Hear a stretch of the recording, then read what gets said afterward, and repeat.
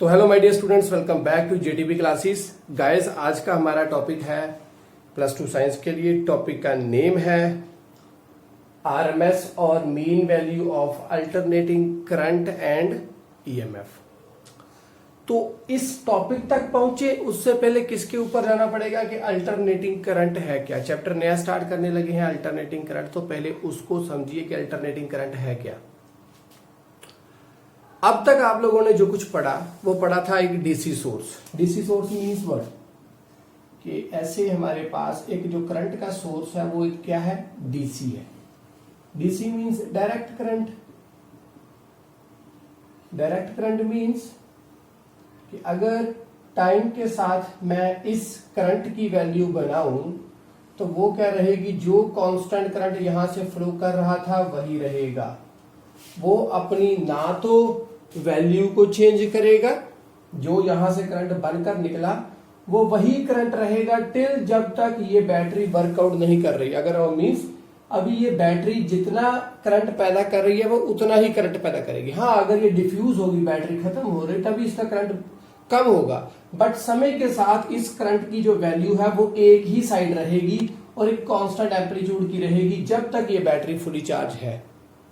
Okay, तो समय के साथ, टाइम के साथ जैसे जैसे इसको हम यूटिलाइज करते जाएंगे, जैसे हमने इसको यूटिलाइज किया किसी सर्किट के अंदर, तो ये जो करंट बनाएगा ये एक ही साइड को बनाएगा, यहां से फ्लो करेगा किसी रेसिस्टर के अंदर, तो यहां से वापस आएगा, तो वो यहां से जाकर यहां पर ही वापस आएगा। मीन्स टाइम के साथ वो करंट की वैल्यू चेंज नहीं होगी, उसकी ना तो डायरेक्शन चेंज होगी, वो वही डायरेक्शन रहेगी। तो ये डायरेक्ट करंट था। डीसी मीन्स एक पर्टिकुलर साइड का, ओके, जो एक सोर्स पैदा करता है।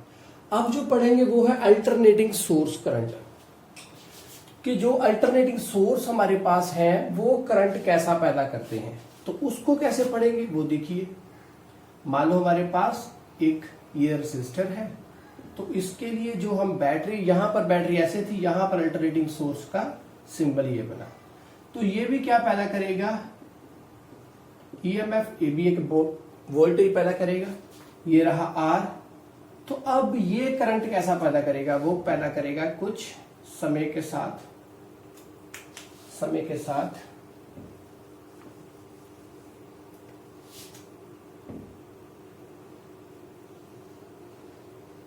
ये रहा करंट की वैल्यू और ये रहा टाइम। ओके, तो करंट कुछ ऐसे बनेगा।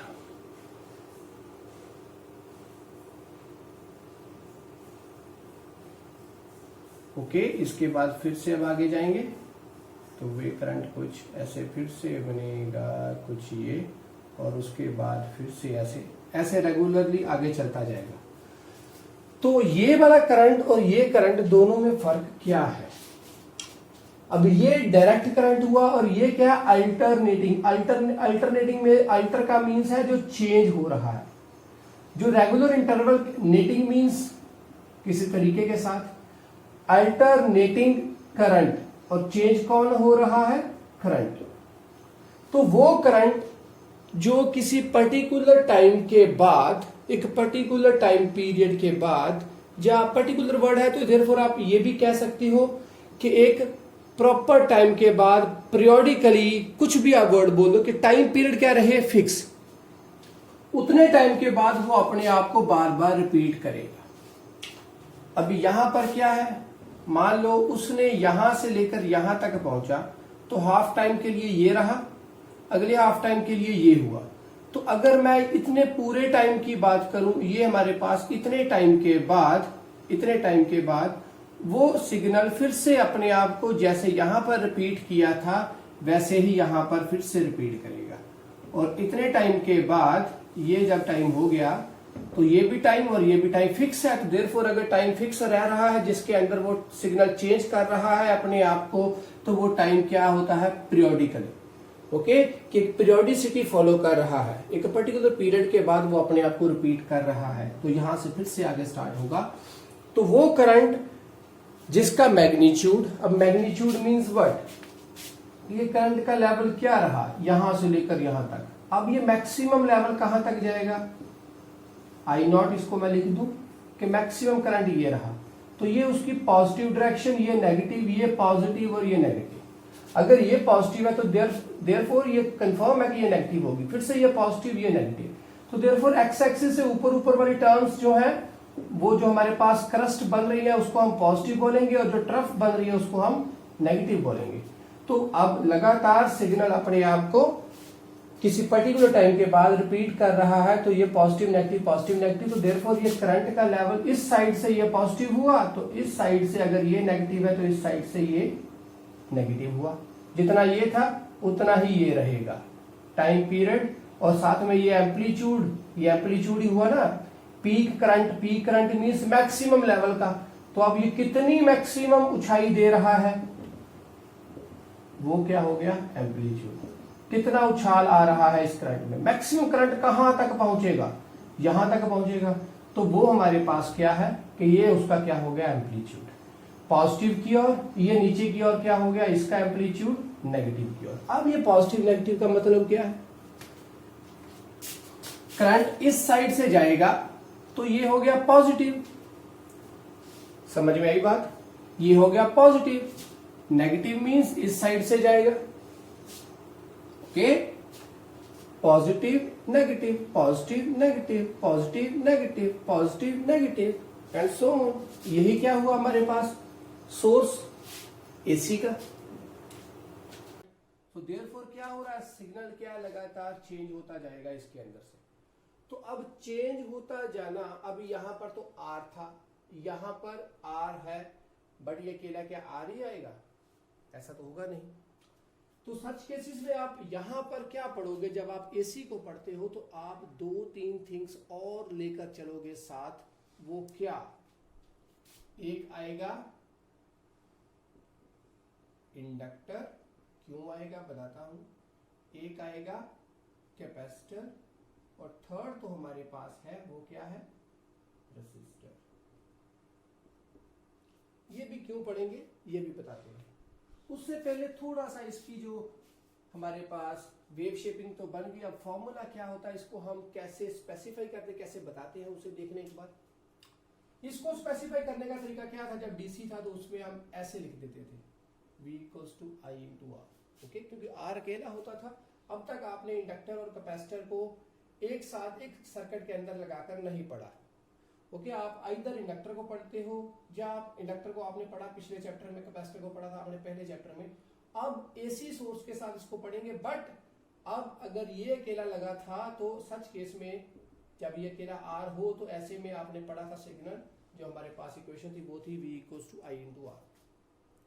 अब थोड़ा और डिटेल में जाएं, और डिटेल में कैसे, हमारे पास अभी ये एसी सोर्स है तो इसको स्पेसिफाई कैसे करेंगे, देख लीजिए एक बार ध्यान से। जो करंट है उसको आप, क्योंकि अभी आपने यहाँ पर एसी करंट और ईएमएफ दोनों पढ़ना है, तो यहाँ पर आई को स्पेसिफाई करते हैं, इक्वेशन लिखते हैं I0, साथ में लिखेंगे sin ωt। ओमेगा क्या है, टाइम तो आपको क्लियर है, टी है, ओके। ये पूरा एक एंगल बनता है साइन के साथ। इसी तरह से ईएमएफ जो कि यहां से पैदा होगी वो भी क्या होगी, E0, साथ में आएगा sin ωt, क्लियर। यहां पर हमारे पास अगर करंट है तो यहां पर बना I0 है, तो ये इक्वेशन बनेगी किसके लिए, ये वाले के लिए। और अगर यहां पर तो टाइम का टाइम ही है, और यहां पर E0 की जगह इस साइड को E की जगह, I की जगह हमारे पास E है ऊपर को, तो वो E बन गया। तो मैक्सिमम लेवल का जो बनेगा वो क्या बनेगा, E0। समझ में आई बात, सेम ग्राफ है दोनों के लिए। साइन वाले कंपोनेंट, अगर साइन की रेशियो साथ में लगी हुई है, साइन का कंपोनेंट यूज करके हम चल रहे हैं, तो देयरफॉर इक्वेशन यहां से स्टार्ट होगी। आपने इस बात को पढ़ा है +1 में कि साइन की जो इक्वेशन, जो कर्व होती है, वो यहां से 0 से स्टार्ट होती है। क्यों, क्योंकि साइन जीरो ट्रिग्नोमेट्रिक टेबल से देखिए, साइन 0 की वैल्यू 0 है, तो यहां पर 0 हो गया, ओके, यहां पर हो गया 0। ये पूरा क्या बना, एक तरह से मैंने बना थीटा बना ये पूरा। तो यहां पर हमारे पास ये क्या है, टाइम था। अगर यहां पर आ जाए थीटा, पूरे के मैं बात करूं ωt, तो एट दैट टाइम यहां पर क्या होंगे, एंगल होंगे इस साइड को, क्योंकि ये एंगल है पूरा ये पूरा एंगल हो गए। तो एट दैट टाइम हमारे पास जो ग्राफ बनेगा वो क्या बनेगा, देख लिए एक बार अच्छे से देखते हैं। साइन 0 डिग्री है, 30 है, 45 है, 60 है और 90 है। 0, 1/2, 1/√2, √3/2 और लास्ट पे है 1। तो देयरफॉर यहां से लेकर, अभी ग्राफ आपने डी से आप के साथ भी पढ़ा होगा, जब यहां से लेकर यहां तक का कोई चीज बनती है तो इसको आप एंगल कितना बोलते थे? 180 डिग्री। क्यों? क्योंकि ये पूरा पूरा अगर यहां पर वापस चला जाए वही पॉइंट घूमकर तो ये 360 का एंगल बन गया, तो देयरफॉर 180 हुआ।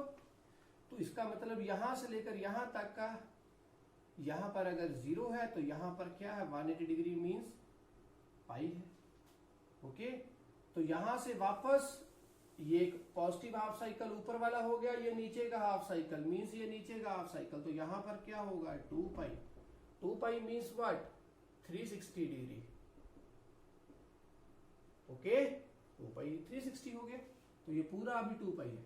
तो यहां पर ये पाई है, तो यहां पर ये क्या हुआ?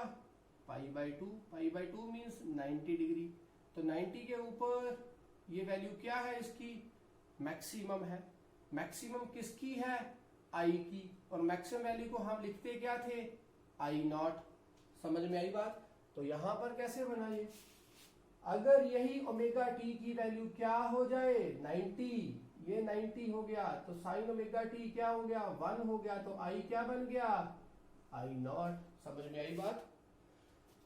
अगर इसकी वैल्यू ओमेगा टी की वैल्यू है 0 डिग्री, तो अगर ये 0 है तो इस पूरे की वैल्यू क्या बन गई? 0। तो एट दैट टाइम आई क्या हो गया? 0, तो वो 0 है। ओके, अब अगर इसकी वैल्यू हो जाए 180 डिग्री, 180 डिग्री मीन्स व्हाट? यहां से लेकर फिर से यहां तक, तो ये 180 हुआ, तो 180 मीन्स साइन 180 डिग्री क्या होता है? 0।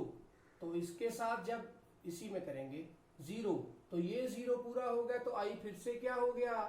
0। तो इसका मतलब I0 की वैल्यू नहीं आएगी, वो 0 आएगी। इसका मतलब जो ये ग्राफ बना हुआ है वो पूरा पूरा स्पेसिफाई कर रहा है ये इक्वेशंस को। तो ये इस इक्वेशंस को हम जब लिखते हैं तो वो इक्वेशंस क्या कहलाती हैं? अगर करंट की लिखेंगे तो वो अल्टरनेटिंग करंट को स्पेसिफाई करती हैं, और अगर ईएमएफ की लिखेंगे तो वो ईएमएफ को स्पेसिफाई करती है। तो सेम क्राइटेरिया ईएमएफ के भी ऊपर भी है। तो मैक्सिमम के लिए क्या हुआ? E0। अब अगर 270 डिग्री लेकर चले तो 270 क्या होगा? यहां पर 270 होगा, क्योंकि यहां पर तो 360 आएगा, तो √270 के ऊपर ये नेगेटिव I0 आना चाहिए। तो वो कैसे आएगा? साइन ओमेगा टी, इसकी वैल्यू 270 हो तो वो क्या कहलाती है? -1। तो देयरफॉर आई की वैल्यू क्या बनेगी? -I0 था साथ में, तो I0, तो वो -I0 बन गया यहां पर, ये माइनस की और I0। क्लियर? इक्वेशंस समझ में आ गई। अब ये तो साइन के लिए हुई। अभी इसको आप कॉस के लिए भी लिख सकते हो, कॉस ओमेगा टी। ई क्या होगा? E0 साथ में cos omega T. But such case में आप ये भी इक्वेशन सही है, ये भी सही है। इसके लिए आपको ये इक्वेशन यहां से स्टार्ट नहीं करनी पड़ेगी। कहां से करनी पड़ेगी? बोलिए जल्दी से बच्चे, आप बहुत होशियार हो, आपको पता है कि कॉस की कर्व शुरू होती है ऊपर से। तो ये 0 हो गया, ये पाई/2, ये पाई, ये हो गया 3 पाई/2, और यहां पर ये 2 पाई। तो क्या बना? यहां से ऊपर से चली तो यहां पर, तो यहां से चली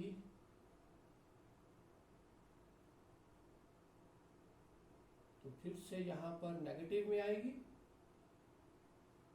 ओके, यहां पर बन के फिर से नेगेटिव, फिर यहां से चली, यहां से चली थी नेगेटिव, और इस पॉइंट के ऊपर क्या हो गई? यहां पर मैक्सिमम हो गई, फिर से यहां पर 0, और यहां से फिर से ऊपर जाएगी तो वो क्या बनेगी? 2 पाई। 2 पाई के ऊपर फिर से हाईएस्ट पॉइंट पे आ गई, तो फिर इसने भी अपने आप को रिपीट कर लिया, यहां से स्टार्ट, फिर से यहां से स्टार्ट हो गई, तो ये 2 पाई मीन्स 360 हो गया, तो फिर से आगे इक्वेशन स्टार्ट होगी।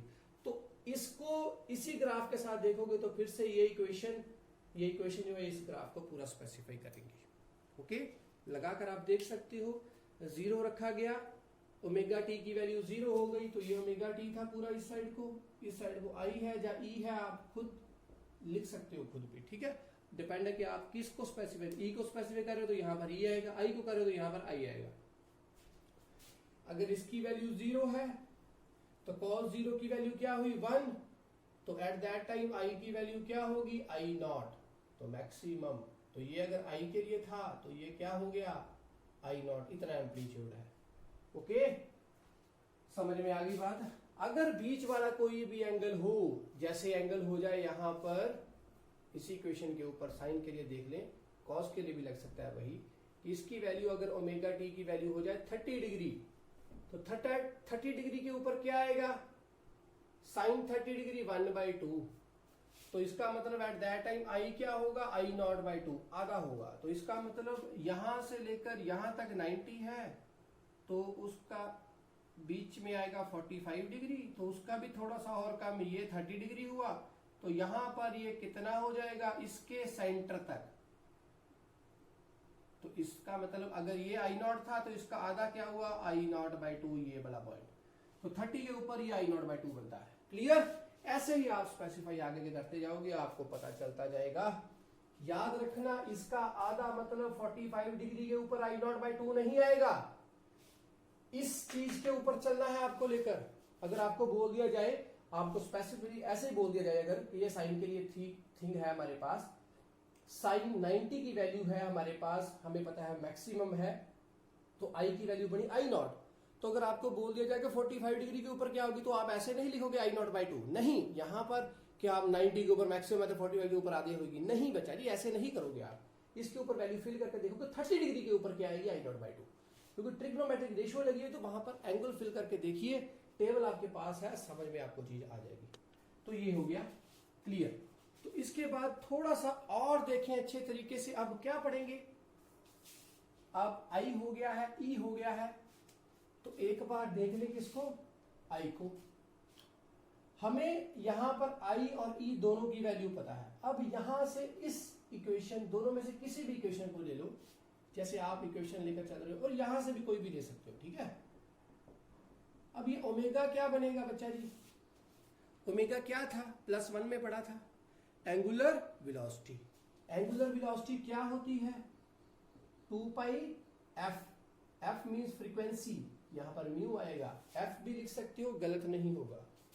सो देयरफॉर इसकी वैल्यू क्या, अब इसकी डेफिनेशन क्या होती है एंगुलर वेलोसिटी की, कि एक पूरी रेवोल्यूशन खत्म करने में उसने कितना टाइम लिया। ओके, रेवोल्यूशंस पर सेकंड, वो क्या बनी एंगुलर वेलोसिटी। अब अगर कोई गाड़ी धीरे से चलती है तो उसका जो टायर है, मान लो ये टायर है, उसका ये पॉइंट यहां पर था, जब ये पॉइंट टायर का ऐसे एक रेवोल्यूशन पूरा ले लेगा यहां तक पहुंचने में, तो कितना टाइम लिया। अगर कम स्पीड से जाएगा तो ज्यादा टाइम लेगा, अगर फुल स्पीड पे होगा तो बहुत जल्दी से घूमेगा, तो वो क्या बनती है उसकी एंगुलर स्पीड। तो अब यहां पर भी रेवोल्यूशन क्या होगी, ये पूरा यहां तक, उसके बाद यहां तक, तो एक हाफ, ये हाफ, अब यहां तक का कितना टाइम लिया उसने, वो क्या बन गया ओमेगा। ओके, एक रेवोल्यूशन खत्म करने में कितना टाइम लिया गया, वो क्या बनता है हमारे पास ओमेगा। क्लियर? तो यहां पर एक फ्रीक्वेंसी वर्ड भी है। अब फ्रीक्वेंसी और टाइम में आपस में रिलेशन पता है आपको, फ्रीक्वेंसी और टाइम आपस में क्या होते हैं, इनवर्सली होते हैं। ओके, तो अब इसकी डेफिनेशन क्या होगी फ्रीक्वेंसी की, आप इसको सेकंड इनवर्स भी लिखते हो यूनिट्स, और हर्ट्ज भी लिखते हो, कि एक सेकंड के अंदर, एक सेकंड टी, जब एक सेकंड हो, एक सेकंड के अंदर उसने कितनी बार सिग्नल चेंज हुआ। अगर एक सेकंड के अंदर एक बार ही सिग्नल चेंज हुआ तो फ्रीक्वेंसी क्या है 1। अगर एक सेकंड के अंदर बहुत बार सिग्नल चेंज हुआ तो जितनी बार होगा वो फ्रीक्वेंसी होगी। कि सिग्नल, अभी मान लिया जाए, अभी आपको मैंने बोला था यहां पर कि ये कितना टाइम लिया एक रेवोल्यूशन खत्म करने में। अब अगर बहुत स्पीड के साथ, अभी जो घर में एसी सिग्नल आता है वो बहुत जल्दी से मूव करता है, कैसे वो भी समझाता हूं, वो बहुत जल्दी से आपके घरों तक आएगा। आपके घरों में जितने भी सिग्नल है सभी एसी आते हैं बच्चा, ठीक है। जितने भी सोर्स आपके घरों में होंगे जो चलते हैं, इधर गीजर है, एसी है, जो कोई भी चीज है बच्चा, एसी मीन्स समझ गए ना आप, एसी एयर कंडीशनर। तो ये वाला एसी वो नहीं है बच्चा, एयर कंडीशनर की बात हो रही है। तो जितने भी घरों में सिग्नल आ रहे हैं वो कौन से हैं, एसी हैं। अब जो एसी घरों में आता है बच्चे, वो इतनी ज्यादा, उसकी कितनी फ्रीक्वेंसी होती है जो इंडिया में मोस्टली यूज की गई है, जो फ्रीक्वेंसी ऑफ एसी है वो है 50 हर्ट्ज। 50 हर्ट्ज मींस कि एक सेकंड के अंदर, जब टाइम एक सेकंड हो, उस एक सेकंड के अंदर जो सिग्नल है वो 50 बार चेंज होता है। मींस 50 बार चेंज होने का मतलब क्या, 1 2, इसका मतलब उसके अंदर क्रस्ट और ट्रफ कितने होंगे, 100। 50 ये हो गए, 50 ये हो गए, और ये दोनों का मिलकर एक सिग्नल बना, एक रेवोल्यूशन हुई। तो इसका मतलब ये एंगुलर वेलोसिटी उसकी कितनी ज्यादा होगी बच्चा जी, कि अब आप देखो ना, इसको खत्म करने में, यहां से लेकर यहां तक पहुंचने में कि कितना टाइम लिया एक रेवोल्यूशन को खत्म करने में, वो तो बड़ा एंगुलर स्पीड। इसका मतलब वो 1 सेकंड से बहुत कम होगी। जो घर में सिग्नल पहुंचता है तो वो 1 सेकंड से कितनी, बहुत ज्यादा कम होगी। तभी तो जो हमारे पास फ्रीक्वेंसी आती है वो 1 सेकंड के अंदर 50 बार आ गई। तो इसका मतलब क्या, एंगुलर स्पीड तो बहुत ज्यादा फास्ट है उसकी, कि उसने 1 सेकंड के बहुत छोटे से हिस्से में ही एक बार सिग्नल कवर अप कर लिया था। तो 1 सेकंड के अंदर 50 बार इस तरह के रेवोल्यूशंस आए, तो वो फ्रीक्वेंसी हुई। क्लियर हुई फ्रीक्वेंसी और एंगुलर स्पीड में डिफरेंस। तो ये हमारे पास आ गया। याद रखना, जब क्वेश्चन पेपर में आपको फ्रीक्वेंसी गिवन होगी, की गई हो, तो वो फ्रीक्वेंसी ये है, तो 2πr के साथ मल्टीप्लाई करके तभी ओमेगा आएगा। ओके। और अगर आपको डायरेक्टली रेवोल्यूशंस गिवन हो तो वो आपको ओमेगा गिवन है। रेवोल्यूशंस मींस जब आप इसको, आपको ऐसे सिंपल गिवन हो कि उसकी एंगुलर स्पीड, एंगुलर वेलोसिटी क्या है, तो वो यहां पर आप फिल करोगे। ओके। अगर आपको ऐसे गिवन हो कि 1 सेकंड के अंदर इतने रेवोल्यूशंस हैं, 1 सेकंड के अंदर इतने रेवोल्यूशन, तो वो भी क्या बनती है, वो भी फ्रीक्वेंसी बनती है। तो आपकी अंडरस्टैंडिंग खुद की है कि आप कैसे उसको कवर अप करोगे। ओके। टाइम ड्यूरेशन गिवन है, टाइम को बताया गया है कि इतनी ड्यूरेशन है, तो इतनी ड्यूरेशन के अंदर इतने रेवोल्यूशन आ रहे हैं, तो वो बच्चा जी क्या फ्रीक्वेंसी बनती है। तो क्लियर, आपको यहां तक आप सिग्नल पूरा गिवन है, आपको क्लियर है। तो डीसी से हम एसी की ओर गए, तो गए क्यों, वो इसलिए क्योंकि एक तो लॉन्ग डिस्टेंस ट्रांसमिशन अगर हमने करनी हो तो हम हमेशा एसी को प्रेफर करते हैं। क्यों, क्योंकि डीसी सिग्नल जो होता है वो बेचारी दूर तक ट्रांसमिट नहीं किया जा सकता, वो अपनी सिग्नल की स्ट्रेंथ खो देता है, इसलिए एसी यूज किया गया फर्स्ट। सेकंड, एसी जो है वो हायर टू लोअर या लोअर टू हायर, करंट का लेवल हम खुद कर सकते हैं।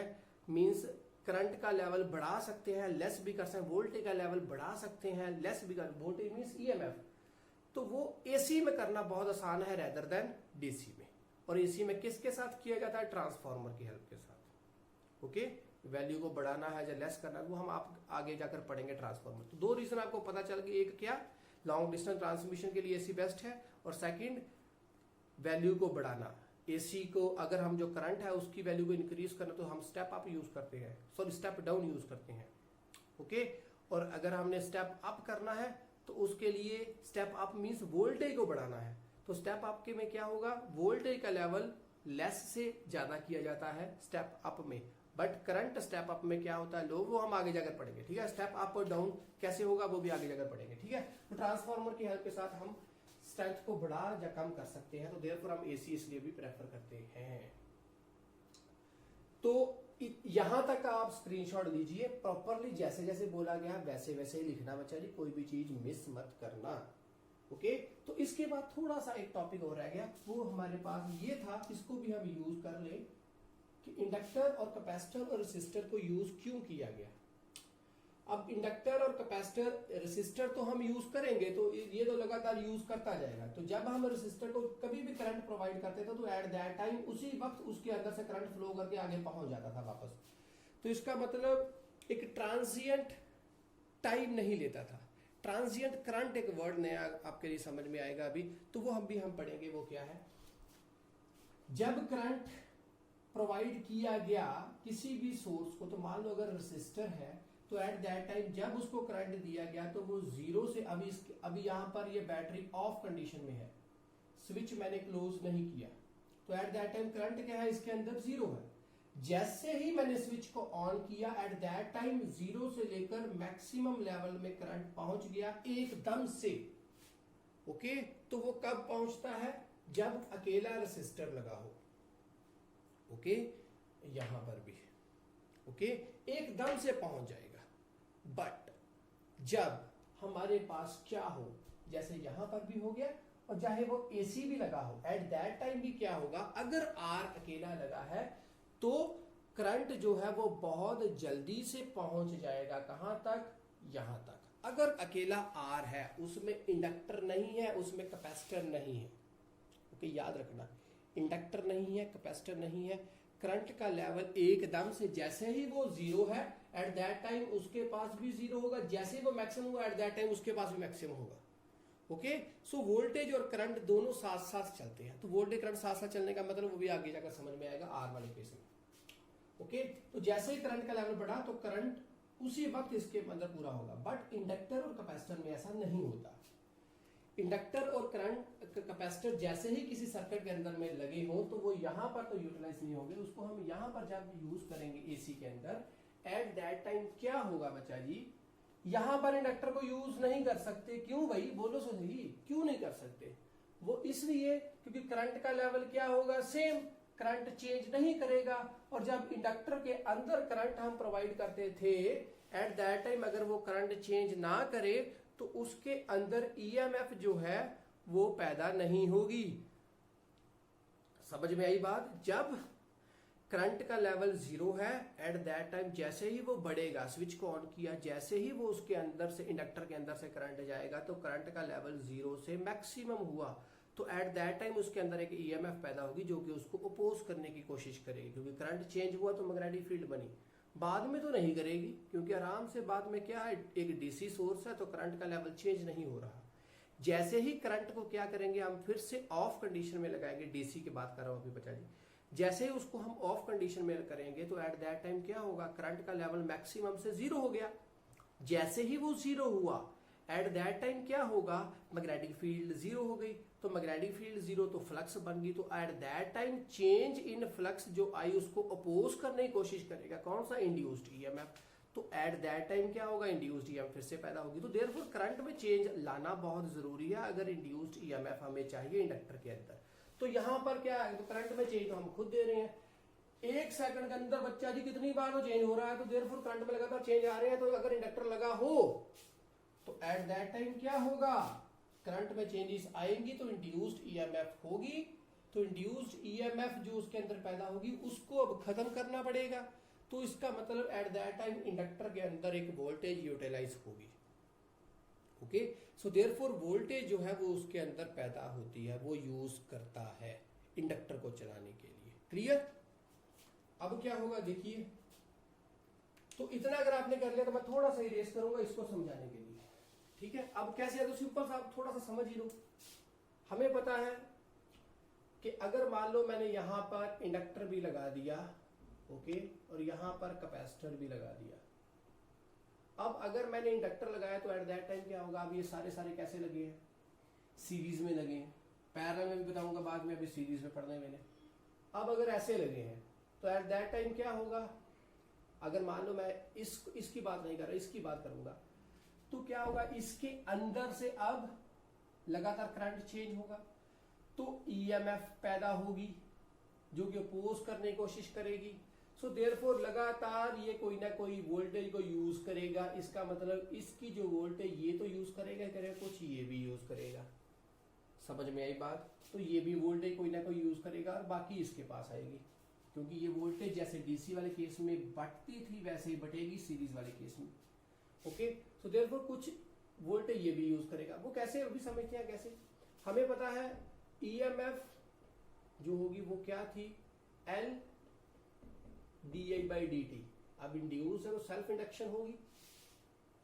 सो देयरफॉर यहां इसके अंदर नेगेटिव था तो ये इसके अंदर पैदा हुई। ओके, तो देयरफॉर वो इसको अपोज कर रही है, इसके अंदर से अब करंट को फ्लो करने में रोक रही थी ये। ओके, तो देयरफॉर इसके अंदर अब करंट को फ्लो तो करवाना पड़ेगा। तो देयरफॉर इसका हिस्सा थोड़ा इसमें यूज होगा जो कि इसके बिल्कुल बराबर होगा, बट जिस डायरेक्शन को इंड्यूस्ड ईएमएफ है उससे ऑपोजिट होगी। मींस इसके अंदर ये पैदा हुई रोकने के लिए, तो इसका मतलब इसका कुछ पार्ट तो इसने यूज किया ताकि करंट इसके अंदर से फ्लो करता रहे। तो देयरफॉर करंट क्या फ्लो कर रहा है, D I by D T, L लगाकर। नेगेटिव नहीं लगाएंगे, इंड्यूस्ड ईएमएफ के लिए ये था, और ये इसका पार्ट जो यूज में है वो है ये LdI/dt। समझ में आ गई बात? क्योंकि इसी की वजह से इसके अंदर इंड्यूस्ड ईएमएफ पैदा होगी। ओके, तो इंड्यूस्ड ईएमएफ पैदा हो रही है, वो किसके प्रोपोर्शनल है? जो यहाँ पर पैदा की गई, जिस जैसा इसने करंट पैदा किया उसके अकॉर्डिंगली मैग्नेटिक फील्ड, तो उसी के अकॉर्डिंगली ये पैदा हुई। तो देयरफॉर ये अपोजिंग है, तो ये जो इसका पार्ट यूज किया जाएगा यहाँ पर, वो इस अपोजिंग को खत्म करने की कोशिश करेगा। मींस कितने अपोजिंग जो पैदा हुई इसके अंदर, वो किसने पैदा की? इस पार्ट में कुछ ईएमएफ ने। आप ऐसे समझ सकते हो। तो देयरफॉर सीरीज में कुछ ईएमएफ ये भी यूज हुई। तो यहां पर हमारे पास ईएमएफ की वैल्यू आ चुकी है LdI/dt। तो देयरफॉर अगर करंट इंडक्टर वर्क करेगा तो वो करंट को चेंज करेगा। यहां पर तो करंट में चेंज आएगी ना? कैसे? देखिए एक बार फिर से, हमारे पास यहां पर तक का ये क्लियर है LdI/dt। जब कभी भी करंट में चेंज आएगी तो इंडक्टर ईएमएफ को यूज करेगा, तो वो करेगा। तो ये हमने लगातार पढ़ते आ रहे थे, यहां पर हमने चेंज करवाते थे। जब स्टार्ट हुआ, जब ये एड हुआ ऑन ऑफ के दौरान, तो यहां पर करंट लगातार चेंज होगी, तो देयरफॉर ईएमएफ यहां भी यूटिलाइज होगी। कैपेसिटर वाले केस में कैसे है? अब कैपेसिटर है, वहां पर क्या है? इंड्यूस्ड ईएमएफ पैदा होगी। यहां पर लगातार अगर पॉजिटिव है तो ये पॉजिटिव रहेगा, नेगेटिव है तो ये नेगेटिव रहेगा। तो देयरफॉर क्या होगा? चार्जिंग डिस्चार्जिंग लगातार होती रहेगी। तो एट दैट टाइम क्या है? वी नो दैट I क्या होता है? Q/T। करंट क्या होता है? Q/T। और हमें पता है कि Q क्या होता है? C/V। किस में? कैपेसिटर वाले केस में। ओके, तो Q यहां पर फिल करें तो क्या आएगा? C तो कांस्टेंट है, बाहर आ गया, तो V/T। अब किसी पर्टिकुलर इंस्टेंट की बात करें, जैसे ये था पर्टिकुलर टाइम के ऊपर पर्टिकुलर करंट, तो यहां पर भी क्या होगा? कुछ ये होगा, क्योंकि यहां पर क्या था? यही तो करंट पैदा करती है। dQ/dt करंट आया, तो C कांस्टेंट है, वो तो बाहर आ गया, dV/dt आ गया। तो देयरफॉर इसके अंदर ये कैपेसिटर करंट को अफेक्ट करेगा कब? जब वोल्टेज में चेंज आती हो। तो वोल्टेज में तो चेंज लगातार आ रही है, कभी पॉजिटिव कभी नेगेटिव, पॉजिटिव नेगेटिव। तो देयरफॉर कैपेसिटर भी तो वर्कआउट करेगा। ओके, सो देयरफॉर जब हम AC को यूटिलाइज करते हैं एट दैट टाइम, ये दोनों भी अपने रंग दिखाते हैं। कैसे दिखाते हैं वो भी हमने पढ़ लिया। अब इसको अच्छे से समझेंगे, डिटेल में आएगा बच्चा ये आगे चलकर सभी चीजें। ओके, तो डाउट में नहीं आना, कंफ्यूज नहीं होना। ये लगातार आप इसको ऐसे लिख लें कि इसने कैसे वर्कआउट किया, ऐसे, और ये भी कैसे।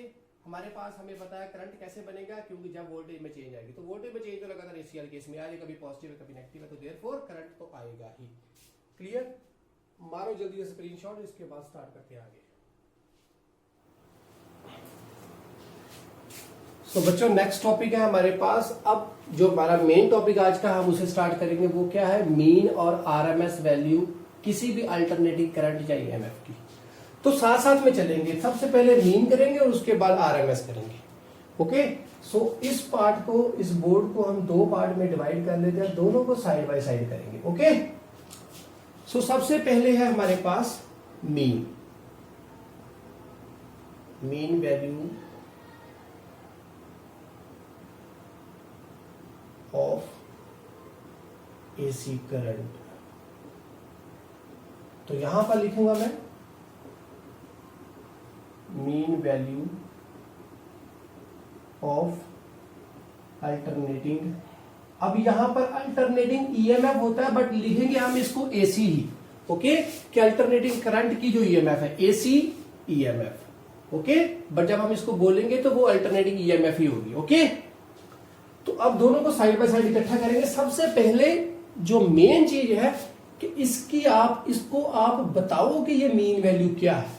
तो इसके लिए 10th तक आपने अच्छे से पढ़ा है बच्चा जी। मीन स्टैटिस्टिक्स में आपने पढ़ा होगा 10th क्लास में, मे बी +1 में भी आपने पढ़ा है जो नॉन मेडिकल के बच्चे हैं, कि मीन क्या है? Mean means what? Average. Okay, तो अब यहां पर ये वर्ड है एवरेज, तो देयरफॉर कई बुक्स में इसको मीन वैल्यू और साथ में एवरेज वैल्यू भी लिखा गया है। ठीक है, मीन और एवरेज वैल्यू। अब एक बार अच्छे से समझ लोगे ना आप, स्टार्टिंग में इसको जो डायग्राम है उसको आप अच्छे से समझ गए तो ये पूरा अपने आप हो जाएगा। ओके, तो वो क्या है? मैंने क्या किया, ये हमारे पास सर्किट है, तो इस सर्किट में कुछ भी लगा हो सकता है। AC DC मीन्स कोई एलिमेंट्स लगे हैं। ओके, एसी डीसी नहीं, कोई एलिमेंट्स लगे हैं, आर है, एल है या सी है, कुछ भी हो सकता है। तो यहां पर मैं लिखूं कि ये सर्किट कोई बैटरी के साथ कनेक्टेड है। यहां तक की बात अभी नहीं चलेगी, अभी सिर्फ बात चलेगी यहां पर से करंट की। ओके, यहां पर मैंने लगा दिया डीसी, फिर से यहां पर कोई एलिमेंट्स, मींस एक सर्किट की बात हो रही है सिंपल, और यहां पर मैंने लगा दिया एसी। अभी सुनो क्या, मीन वैल्यू देखो, अगर मैं इस सिग्नल की, ये कौन सा है, एसी सिग्नल है, इसकी मैं मीन वैल्यू निकालूं तो वो क्या होगा, इसकी मुझे मीन वैल्यू चाहिए। मीन वैल्यू क्या, अब ये लगातार यहां पर अगर मैं थीटा की बात करूं तो लगातार थीटा के बढ़ने के साथ ये 90 तक इसकी वैल्यू बढ़ रही है और नेक्स्ट 90 में इसकी वैल्यू डिक्रीज हो रही है। उसके बाद अगले 90 में इसकी वैल्यू फिर से बढ़ रही है नेगेटिव की और बाद में फिर से डिक्रीज हो रही है, बट पॉजिटिव की ओर बढ़ रही है तो जीरो आएगा। ओके, तो यहां पर इस सारे की मैं मीन वैल्यू निकालूं तो क्या बनेगा, इस पार्ट की मीन वैल्यू क्या होगी, कुछ यहां तक का करंट की मैं बात करूं तो ये हमारे पास लोअर पार्ट है इतना, मान लो मैं यहां से लेकर यहां तक की बात करूंगा तो इसकी मीन वैल्यू मीन्स इतना करंट, वो करंट क्या होगा, अब इसके अंदर ये जो पूरा पूरा करंट है, अब ये करंट क्या बना, ये बना डीसी का करंट, ये इतना पार्ट डीसी का हुआ। ओके, तो एसी वाले केस में क्या है कि यहां पर करंट नहीं है, यहां से ऐसे करंट जा रहा है, और यहां पर भी करंट है और जाते वक्त यहां पर करंट नहीं है और यहां तक का करंट है। तो इतने टाइम के अंदर एसी का करंट क्या हो रहा है, चेंज कर रहा है with respect to theta. Okay, और डीसी का करंट लगातार एक कांस्टेंट वैल्यू पे है। ओके, अब क्या है कि मीन वैल्यू में क्या बोलेंगे, क्योंकि ये भी तो चार्ज या करंट दोनों बातें बोले, तो ये भी कोई ना कोई चार्ज यहां से भेजेगा और ये भी कोई ना कोई चार्ज भेजेगा। ओके, चार्ज दोनों भेजेंगे। कि कोई पर्टिकुलर टाइम की बात करूंगा तो दोनों के लिए मैं बोल दूं, ये एसी के लिए हो गया और डीसी के लिए ये हो गया। ओके, ये डीसी के लिए हो गया, तो ये तो थीटा के साथ वैल्यू चेंज नहीं करेगी, तो ये फिक्स वैल्यू रहेगी, तो ये डीसी के लिए हो गया। अब करंट की वैल्यू से दोनों के, सॉरी चार्ज की बात करें, क्योंकि चार्ज से ही बाद में करंट बनेगा, तो मैं चार्ज की बात कर रहा हूं। तो चार्ज, क्योंकि चार्ज कभी बढ़ रहा है कभी लेस हो रहा है, देयरफॉर करंट भी बढ़ रहा है लेस हो रहा है। ओके, जो क्लियर कट है। तो यहां से कितना अमाउंट का चार्ज इसने भेजा और इसने भेजा किसी पर्टिकुलर टाइम कितना है, यहां तक का टाइम, ये अगर मान लिया जाए यहां तक का पूरा टाइम क्या है, टी बाई, यहां तक का पूरा टाइम हो गया टी, यहां से लेकर यहां तक का टी, तो यहां से लेकर यहां तक का क्या टाइम हुआ, टी बाई 2। मैंने अपने और से टाइम पीरियड लिया टी और ये लिया टी बाई 2, इतना। वो पूछ रहे हैं, वो बता रहे हैं कि मीन वैल्यू क्या होगी। मीन वैल्यू किसी भी एसी करंट की क्या होती है, जब उतने ही टाइम के लिए सेम सर्किट हो, जितना टाइम इसने लिया यहां से उस टाइम के अंदर वही टाइम कितना टी बाई 2 के अंदर करंट को, चार्ज को भेजा, वही डीसी ने भी उतने टाइम के लिए भेजा, सेम सर्किट के अंदर में भेजा। ओके, तो वो जो चार्ज दोनों में गया वो क्या है, इक्वल अमाउंट में है। सिंपल सी बात क्या है, एसी है, एसी लगातार, इस एसी का मैंने मीन निकाल दिया। ओके, इस एसी की मैंने एवरेज निकाल दी, तो वो जब मैं एवरेज निकालूंगा यहां से लेकर यहां तक, तो ये टाइम इतना हुआ, इसकी मैंने एवरेज निकाली, यहां पर बहुत लेस है। ओके, यहां वाले पार्ट पे बहुत लेस है, बट आगे जाकर इतने पार्ट में, अब आगे वाले पार्ट में बहुत ज्यादा, इससे भी ऊपर हो जाएगा। उसके बाद अगले पार्ट्स में, अब यहां से लेकर यहां तक में, यहां पर वो बहुत ज्यादा है, बट अब आगे आगे चलकर वो बिल्कुल कम होता जाएगा और इस पार्ट में आएगा ही नहीं।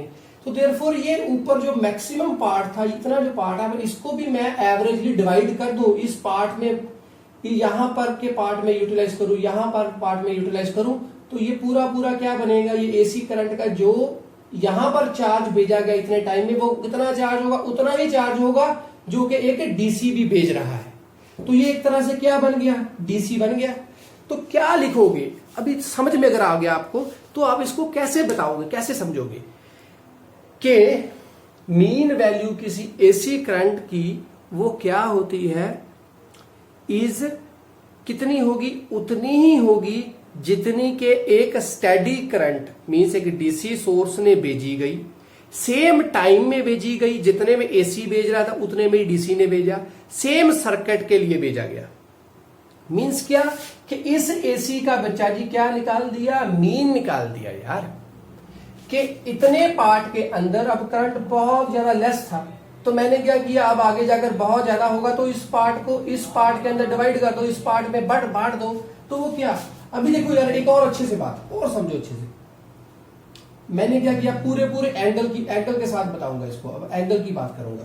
तो अब जब एंगल हमारे पास है 0 डिग्री, 30 डिग्री, साइन कंपोनेंट है 45 डिग्री, 60 डिग्री और 90 डिग्री, क्लियर। यहां पर हमारे पास इस पार्ट के अंदर करंट की वैल्यूज क्या है, यहां पर तो करंट 0 है, यहां पर करंट 1/2 होगा, आधा हो जाएगा मैक्सिमम पीक करंट का। यहां पर क्या होगा √2, साथ में क्या आएगा I0 पीक का इतनी वैल्यू, यहां पर क्या होगा √3/2 उसी पीक वैल्यू का, तो यहां पर I0 के साथ 0 था तो ये 0 ही बना, और यहां पर क्या बनेगा I0 ही बनेगा। सो यहां पर तो बिल्कुल ही 0 है, और यहां पर जाकर तो बहुत ज्यादा होगा, कितना, इतना हो गया 90 के ऊपर, इतना ज्यादा हो गया, करंट है तो करंट से चार्ज बनेगा, तो देयरफॉर मैं चार्ज को ही बताऊंगा। तो अगर मैं यहां पर करंट की वैल्यू ना बोलूं तो चार्ज के लिए बोल दूं कि यही चार्ज तो बचा करंट को पैदा करेगा। अगर आपको करंट समझ में आ गया तो वो करंट आया कैसे, चार्ज की वजह से ही आएगा। चार्ज जितना अमाउंट का इसने भेजा उतना ही भेजा होगा, उतने ही टाइम के लिए भेजा होगा। अगर सेम सर्किट में भेज रहे हैं तो देयरफॉर दोनों का अभी इसी एसी का वो मीन जो निकाला गया वो क्या बन गया कि एक तरह से ये डीसी ही एक्ट कर रहा है। अब थोड़ा सा आप समझ में आ गए होंगे, थोड़ा सा और इसके पास पहुंच गए होंगे। यहां पर 0 डिग्री के ऊपर तो बिल्कुल ही 0 है, तो यहां पर 90 के ऊपर तो मैक्सिमम है। तो बच्चा जी कुछ स्पेसिफाई कर दिया जाए कि ना तो यहां पर 0 रहे या ना तो यहां पर मैक्सिमम रहे, तो कुछ मीन निकाला गया, तो वो मीन कुछ ये बना। तो मीन से अब क्या समझ में आया कि जो करंट इसकी जो मीन वैल्यू होगी इस एसी सोर्स के करंट की, वो क्या होगी, जितना करंट एक डीसी सोर्स भेज रहा है सेम सर्किट में सेम टाइम के लिए, टाइम कितना T/2। अब क्या मैं मीन वैल्यू निकाल सकता हूं इतने टाइम के लिए, वो कुछ आएगी पूरे टाइम। बहुत इंपॉर्टेंट क्वेश्चन है ये भी बता कि क्या मीन वैल्यू जब भी हम स्पेसिफाई, जब भी हम फाइंड करेंगे वो हम T/2 के लिए फाइंड करते हैं, आधे हाफ साइकिल के लिए पैदा करते हैं, फाइंड करते हैं, पूरे के लिए नहीं। क्यों? क्योंकि पूरे वाले केस में क्या कोई मीन आएगा, कैसे, इस वाले केस के लिए देखा तो वो मीन कुछ ये आ गया यहां पर सेंटर में, सेंटर से थोड़ा सा ऊपर, कितना एंगल आपको बता दिया था मैंने पहले, तो यहां से लेकर कुछ यहां तक आया है, ये पॉजिटिव के लिए हो गया। तो नेगेटिव के लिए मीन क्या होगा, कुछ यहां पर कोई वैल्यू आएगी, यहां पर कोई लाइन आएगी इतनी कि इसका मीन कुछ ये हो गया। तो पूरे के लिए ये उतना पॉजिटिव, ये उतना नेगेटिव, तो इकट्ठा कर दिया जाए तो क्या होगा, जितना पॉजिटिव था उतना ही साथ में क्या है नेगेटिव है, तो दोनों को ऐड करोगे आप तो क्या बनेगा 0। So therefore mean value never be find for the whole cycle because it will always be 0। Reason ये रहा, पहले हाफ में पॉजिटिव होगा, नेगेटिव हाफ में उतना ही नेगेटिव होगा, क्योंकि डायमेंशंस तो एक ही हाइट है, यहां पर I0 मैक्सिमम, यहां पर भी I0 नेगेटिव होगा, तो दोनों को ऐड करोगे तो आंसर 0 बनता है। क्लियर? अभी मीन वैल्यू समझ में अगर आपको आ गया है तो बच्चा जी हम आगे चल सकते हैं। ओके, तो अभी मैं इसको इरेज करूंगा और इसके बाद इसको आगे स्टार्ट करते हैं।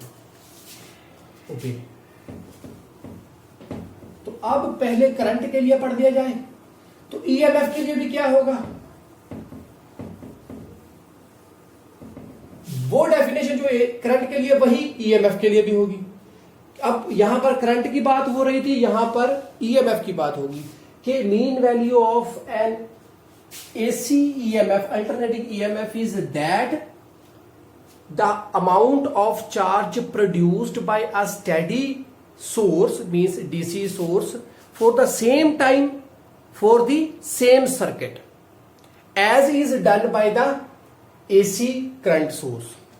Okay, as is done by the AC EMF source. कि जितना EMF सोर्स ने करंट चार्ज भेजा उतना ही एक DC चार्ज भेज रहा है सेम सर्किट के लिए, सेम टाइम के लिए, बट वो भेजने का मतलब क्या है कि वो AC का ही वो मीन निकाला गया है। ओके, अब देखा जाए कि जो भी हमारे पास AC सोर्स होगा उसका मीन होता कितना है वो देखना है अब हमने। ठीक है बच्चा जी, जो मैंने यहां पर अभी AC और DC दो सर्किट बनाए थे वो इसका मतलब ये था कि वो AC DC अलग अलग से नहीं लेने, वो ही AC का DC बना दिया गया कि वो एवरेजली कितना चार्ज भेज रहा है, जो कि एक AC भेजेगा उतने ही एक DC भी भेज रहा है, तो देयरफॉर उसी AC का एक DC निकाला गया था। क्लियर? अब पहले AC करंट की एवरेज निकाल दी जाए, वो क्या होगा, हमें क्या पता है बेचारी, वी नो दैट I क्या होता है dQ/dt। अब चार्ज की बात हो रही थी कि कितना चार्ज भेजेगा AC, ओके, उतना ही DC वाला भेजेगा, तो चार्ज की बात हो रही है कितना चार्ज होगा तो वही निकालना है। सो देयरफॉर यहां से क्या आएगा, I = dQ/dt, तो dQ क्या आ गया, I साथ में dt, I की वैल्यू क्या है, I0 साथ में आया sin ओमेगा t साथ में dt। अब AC सोर्स है तो ये AC I की वैल्यू लिख दी यहां पर। हमें पता था करंट क्या है, change in charge upon change in time particular instant के ऊपर, तो ये वैल्यू भी लिख दी साथ में। अब क्या करेंगे, दोनों साइड डिफरेंशिएट कर देंगे, तो यहां पर डिफरेंशिएट किया तो क्या आ गया, Q आ गया। यहां पर डिफरेंशिएट करोगे तो क्या आएगा, I0 क्या है, कांस्टेंट है बाहर आ गया, तो अंदर क्या रह गया, sin ओमेगा t साथ में dt। I0 बाहर, sin ओमेगा t की डिफरेंशिएशन इंटीग्रेशन क्या है, माइनस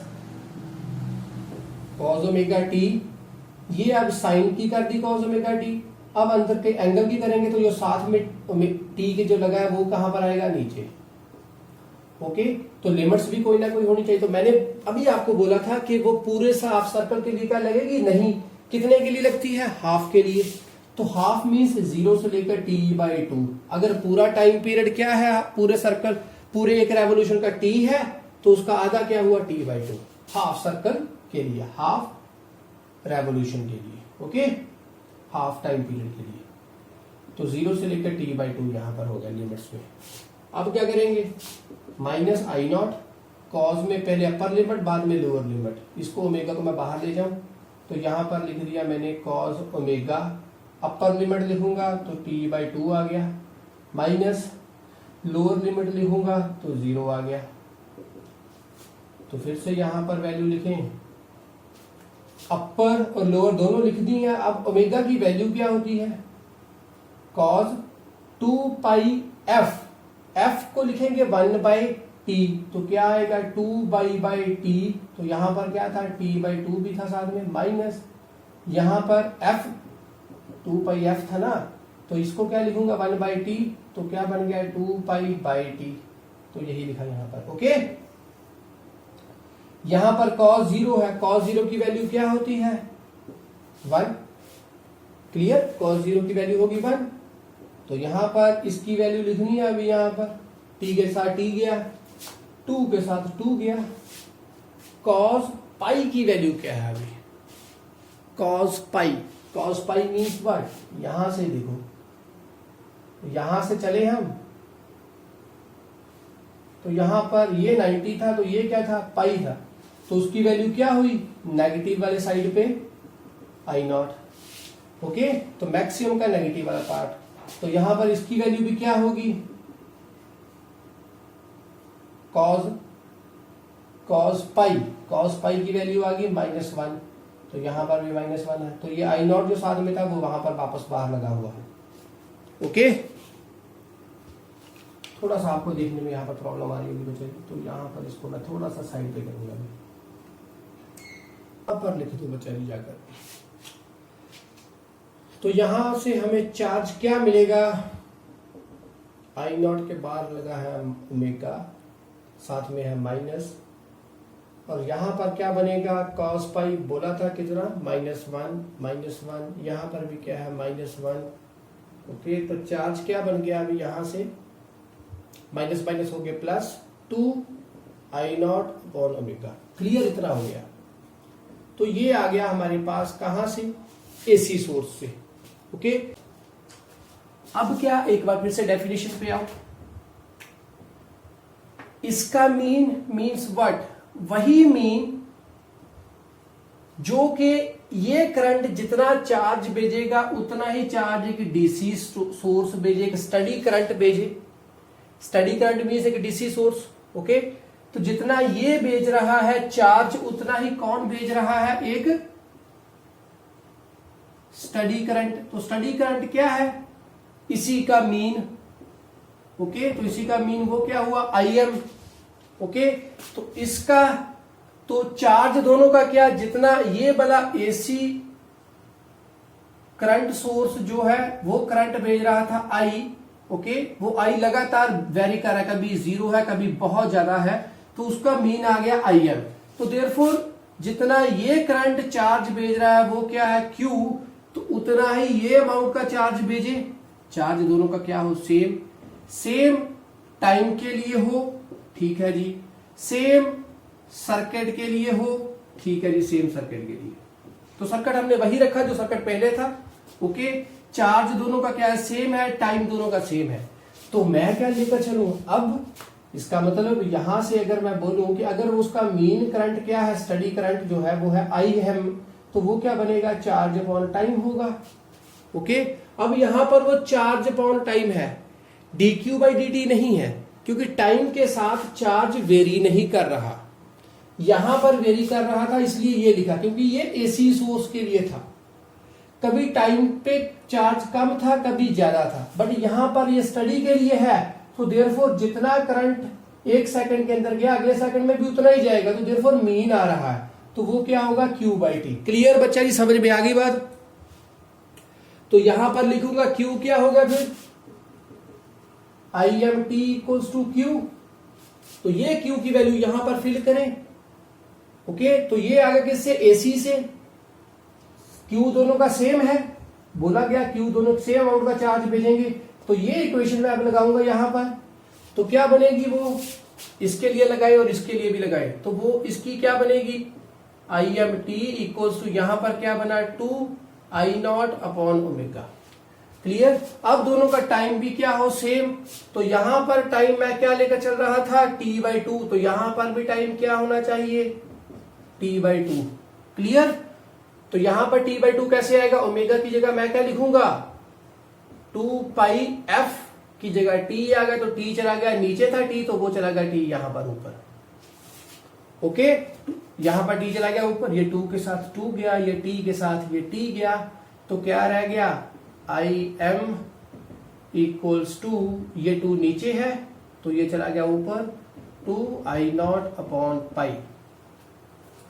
ओके, 2I0/π।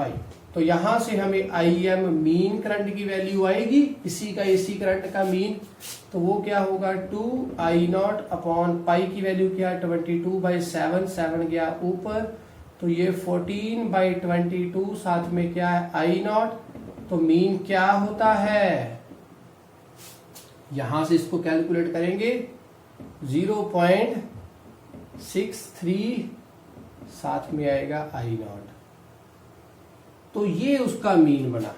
तो अब अगर परसेंटेज में करना हो तो वो क्या बनेगा, मीन कौन सा होता है I0 का, 63 कुछ परसेंटेज जितना भी बनेगा ऑफ I0। क्लियर, बात समझ में आ गई बच्चों कि ये वैल्यू कैसे बनकर आई है अभी। ओके, 63.7 है, तो यहां पर भी 7 आएगा, तो यहां पर 63.7% ऑफ I0। तो I0 का इतना मीन होता है, ये इस I0 का मीन है। ये बात आ गई जी समझ में। अब लास्ट पे एक बार फिर से इसकी मैं डेफिनेशन फिर से बोल दूं बच्चों, ताकि आपको अच्छे से और समझ में आ जाए कि एक एसी करंट सोर्स जो हमारे पास है वो जितना करंट भेजेगा, ओके, वो किसके प्रोपोर्शनल होगा, वो मान लिया जाए एक स्टडी करंट के प्रोपोर्शनल है, मीन उसका वो मीन है, वो मीन क्या होगा, जितना अमाउंट का चार्ज इसने भेजा है एसी सोर्स ने, उतना ही वो स्टडी करंट वाला चार्ज भेजेगा, उतने ही टाइम की, जितने टाइम के लिए ये भेज रहा है तो उतने टाइम के लिए वो भेजेगा, सेम सर्किट पे दोनों अप्लाई होंगे। तो इसका मतलब क्या है कि उसी एसी का मीन निकाला जा रहा है। तो उसको भी मैंने अच्छे से बोला था कि अगर एसी वाला केस हो तो जीरो वाले केस पे जीरो ही करंट होगा, और जब 90 अलाउ होगा तब मैक्सिमम होगा। तो उसका मैं मीन निकाल दूं तो मीन कितना परसेंटेज होगा, इतना परसेंटेज, इतने परसेंटेज के ऊपर क्या मीन आता है। तो इसकी, इस आई नॉट की इतने पॉइंट की वैल्यू जो है, इतनी वैल्यू जो है आई नॉट यहां पर हम लिखेंगे, तो इतनी वैल्यू जो होगी वो क्या बनेगी, उसकी मीन। तो देयरफॉर पीक करंट का मीन क्या होता है, आई नॉट, आई एम मीन क्या होता है 0.637 इंटू आई नॉट। तो ये उसका मीन निकल कर आएगा सामने। आगे जी समझ बाद में। तो ये करंट के लिए हो गया। अब ईएमएफ के लिए करना हो तो वो क्या करेंगे, जल्दी स्क्रीनशॉट मारो उसका बच्चों। हो गया।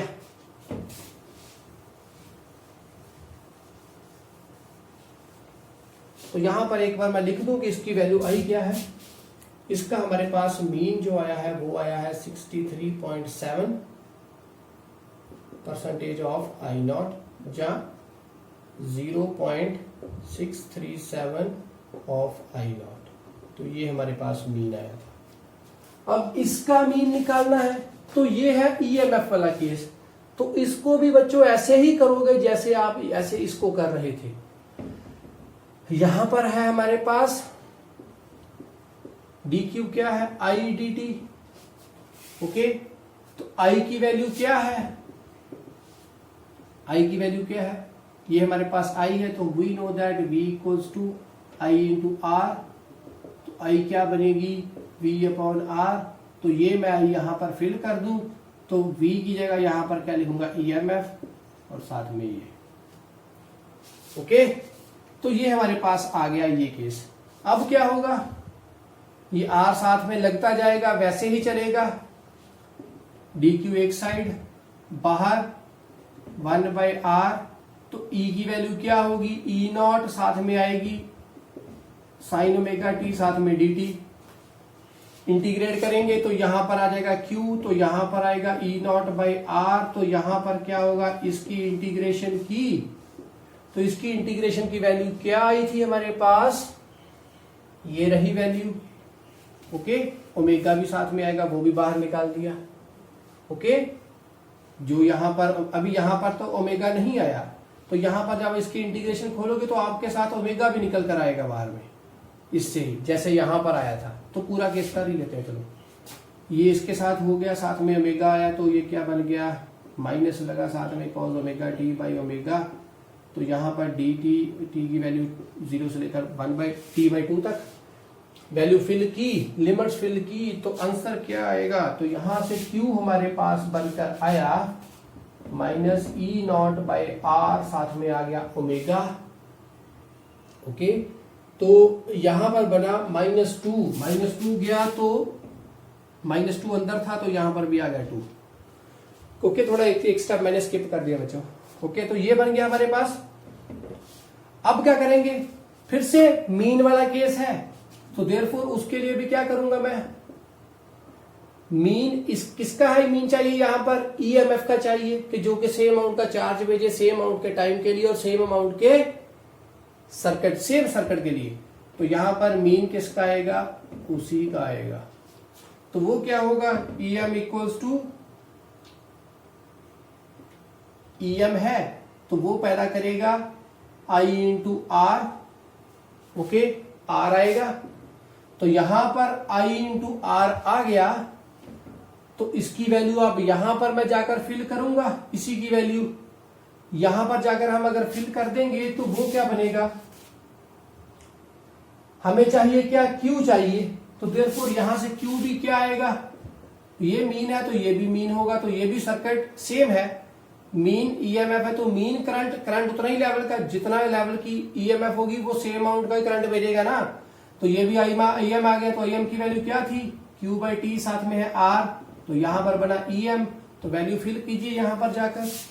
तो क्या होगा, यहां पर इसकी वैल्यू फिल करेंगे, Q निकालो यहां से, तो Q क्या आया, EM, ओके, साथ में आ गया T अपॉन आ गया R, तो यहां पर वैल्यू फिल की EM T अपॉन R, तो यहां पर भी क्या है 2, नीचे R ओमेगा, R के साथ R गया, तो T की वैल्यू क्या होगी, वही फिर से वैल्यूज आएंगी, तो EM की वैल्यू क्या आ गई जी, 2 E0, ओमेगा आ गया 2 पाई F, यहां पर T था तो ये T क्या आएगा, T/2, ओके, T टाइम क्या था, T/2, हाफ साइकिल के लिए चलेंगी ये भी, तो यहां पर ओमेगा है तो वो की वैल्यू बन गई 2 पाई F, F की वैल्यू क्या आएगी 1/T, तो T चला गया यहां पर ऊपर, T के साथ T गया, 2 के साथ 2 गया, तो ये 2 चला गया ऊपर, तो EM की वैल्यू क्या बनी, 2 चला गया यहां पर ऊपर, साथ में आ गया E0 अपॉन आ गया पाई, फिर से वैल्यू निकल कर आई, वही वैल्यू बनेगी, तो वो क्या होगी 0.637 ऑफ E0 या 63.7 ऑफ E0, ये क्या आ गई मीन वैल्यू। बात समझ में आई, स्क्रीनशॉट मारो इसको जल्दी से।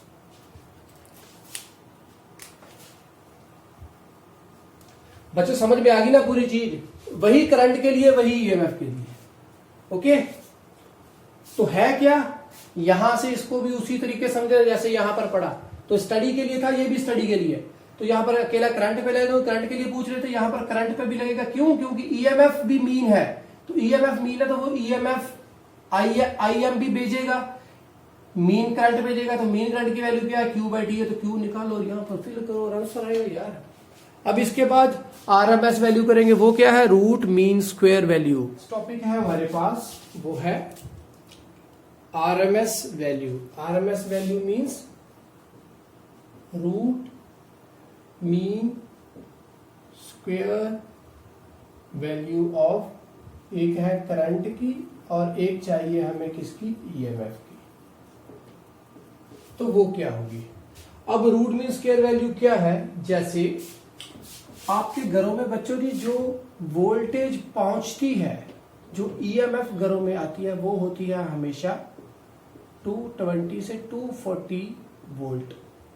वो जो वैल्यू जो कि हमें यूज में आए, ताकि हम जो अपने घरों में हाउस होल्ड थिंग्स हैं, जो अप्लायंसेस हैं, उन्हें चला सकें, वो वाली जो वैल्यू होती है वो होती है बेटा root mean square value, okay. तो ये जो वैल्यू है ये होती है रूट मीन स्क्वायर वैल्यू, जैसे हम 220 बोल रहे हैं 240 बोलते हैं, तो अप्रोक्सीमेटली 220 ही है जिससे हम बोलेंगे, अच्छा ठीक है। तो ये हमारे पास रूट मीन स्क्वायर वैल्यू है, जो कि किसके ऊपर यूटिलाइज की जाए, जो कि हम घरों पर चलाते हैं, ओके। जब जो कि हमारे पास जो भी रेसिस्टेंसेस हमारे घरों पर है, चाहे पंखा हो जो कि करंट को अफेक्ट करेगा, सिंपल सी बात है, जो करंट जिसके अंदर से जाएगा तो देयरफॉर वो करंट को यूज करेगा अपनी वर्किंग में, ओके। सो देयरफॉर वो करंट का नॉर्मली फ्लो जो वायर के बीच में से होता है उसे रोकने की कोशिश करता है, और उसी की हेल्प से वो जो रेसिस्टर है वो घूमता है। जैसे अगर वो पंखा है, तो गीजर है तो वो हीट प्रोड्यूस करेगा, ओके, टोस्टर है तो हीट प्रोड्यूस करेगा, ओके, वॉशिंग मशीन है तो उसकी मोटर जो है वो यूज करेगी उसी करंट को और अपना वर्किंग लेगी। सो देयरफॉर जो अलग अलग से रेसिस्टेंसेस हमारे पास घर में है, तो बच्चा जी उन्हें जो यूटिलाइज करते हैं, जो वोल्टेज यूज में लाते हैं, वो हमेशा वोल्टेज कौन से, रूट मीन स्क्वायर वोल्टेज। तो यहां पर भी क्या करेंगे कि इस करंट के बारे में बात करेंगे कि root mean square value of current की क्या होती है, वो वैल्यू जो कि किसी स्टडी करंट की हो, ओके, जो कि इसकी वैल्यू और जो कि किसी स्टडी करंट की हो, जो कि सेम अमाउंट की, इसके जैसा ही सेम अमाउंट की हीट प्रोड्यूस करे, हीट प्रोड्यूस मीन्स वर्किंग करे, वर्कआउट करे, ओके, जो कि इसका हम यूज कर सके, सेम अमाउंट की हीट प्रोड्यूस करे फॉर द सेम रेसिस्टर, किसी सेम रेसिस्टर के ऊपर, मीन्स उसको अगर हम एसी दी तो देन मैं उतने ही अमाउंट का उसका जो रूट मीन स्क्वायर वैल्यू निकालते हुए डीसी करंट दूंगा, जो कि रूट मीन स्क्वायर वैल्यू उसी करंट की यूटिलाइज करे, मीन्स ये भी जो करंट प्रोवाइड करे वो भी इसी के, जो इसकी वैल्यू हो, एसी की वैल्यू हो, एसी करंट की जो वैल्यू हो रूट मीन स्क्वायर वैल्यू, अगर वही वैल्यू को स्टडी करंट पैदा करे किसी सेम रेसिस्टर के ऊपर, और वो उतने ही अमाउंट की हीट प्रोड्यूस करे फॉर द सेम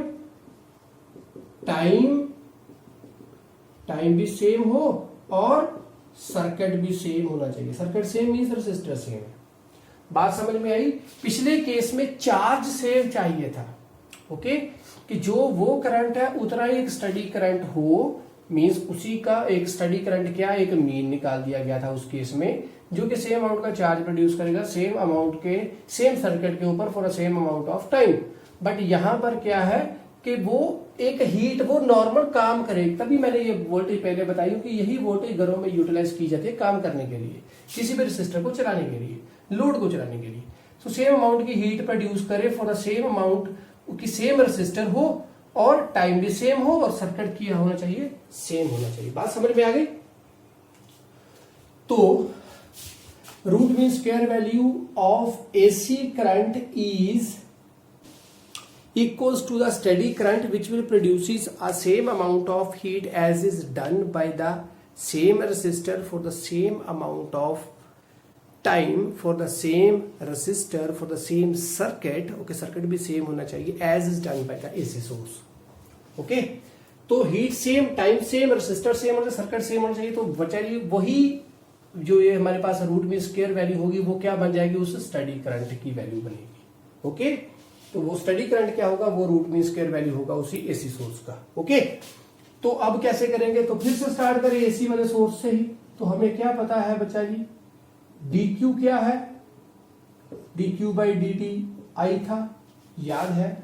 तो क्या यहां से स्टार्ट होगा, डायरेक्ट आप हीट से स्टार्ट कर दो बच्चों। तो हीट क्या होगा, स्मॉल अमाउंट ऑफ हीट, थोड़ी सी अमाउंट की हीट होगी, हीट से बात हो रही है यहां पर।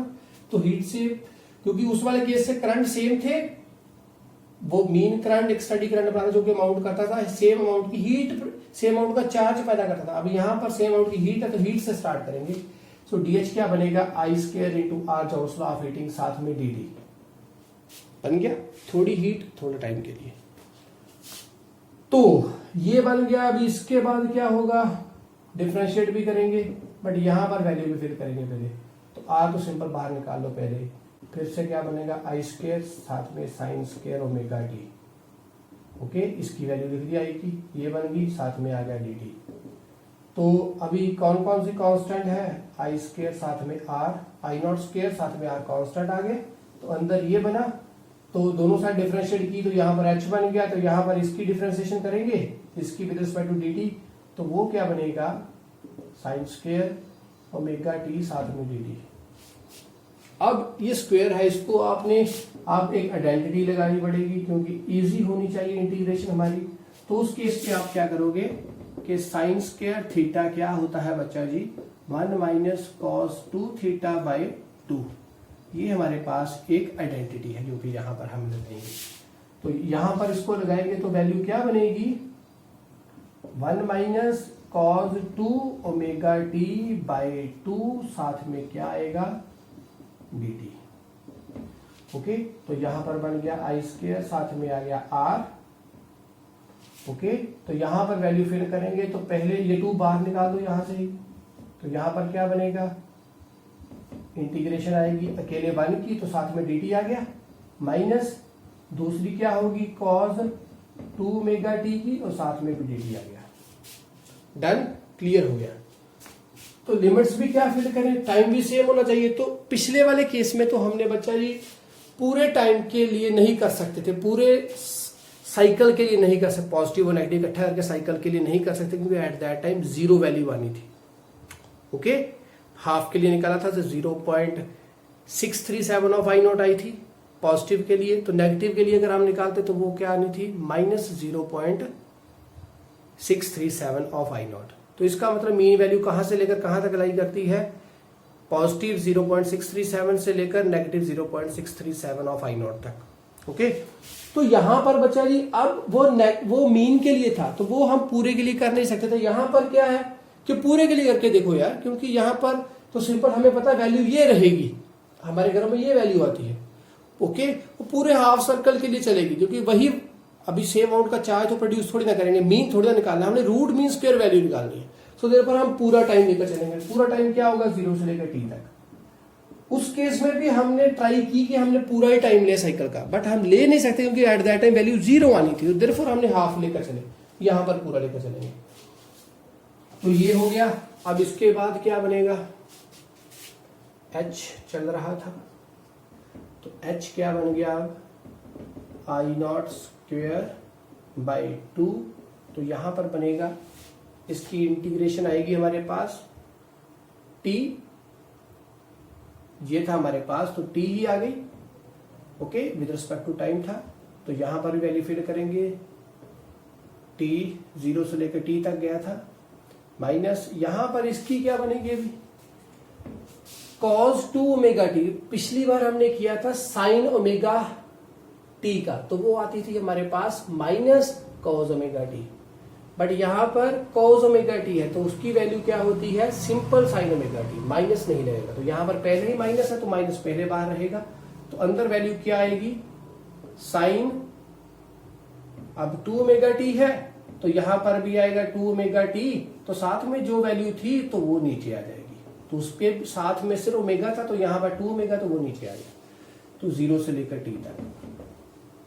अब h क्या बनेगा, यहां से इसकी वैल्यू, ये पूरे के लिए कॉमन था, ओके, ये पूरे के लिए, यहां पर अपर वैल्यू फिल की तो वो बन गया हमारे पास t माइनस 0, तो सिर्फ पर t रह गया।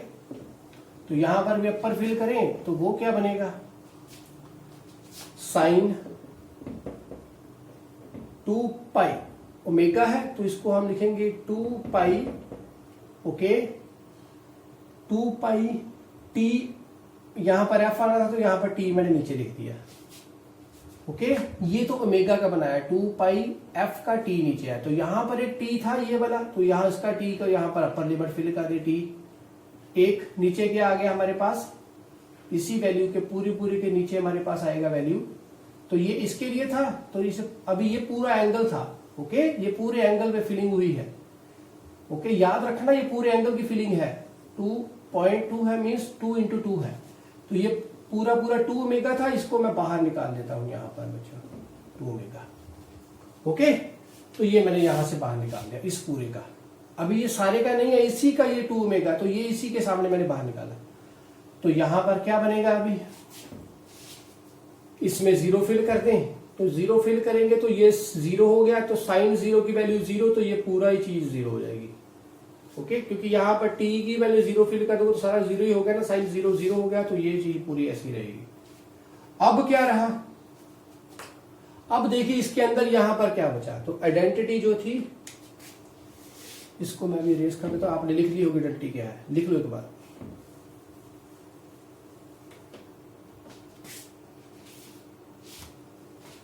तो h आएगा इसके बाद I0 स्क्वेयर साथ में r अपॉन 2, तो यहां पर तो t था माइनस, अब t के साथ तो t गया 4 पाई, 2 into 2 साथ में यहां पर बना 4 पाई, तो साइन 0 है 0, साइन ये 0, पाई पे भी 0, 2 पाई पे भी 0, फिर से वापस आना था, 3 पाई पे 0, 4 पाई पे 0, तो 0 बना, तो ये भी चीज पूरी क्या बन गई 0, तो साथ में ये 1/2 ओमेगा था, तो ये भी सारा क्या बन गया 0। बात समझ में आ गई, ये पूरी चीज 0 बन गई, ये 2 पाई जो 2 ओमेगा साथ में था तो वो भी क्या बना 0, क्लियर। तो इसलिए मैंने यहां पर इसको फिल नहीं किया था, क्योंकि ये तो ऑलमोस्ट 0 हो ही जाना था। इस ओमेगा की वैल्यू ये लिखी थी जो एंगल के अंदर था, ये पूरा नीचे है डिनोमिनेटर में से, तो इसको मैंने बाहर निकाल दिया, तो अब वैल्यू क्या रह गया जी, तो h आ गया हमारे पास I0 square RT/2, clear.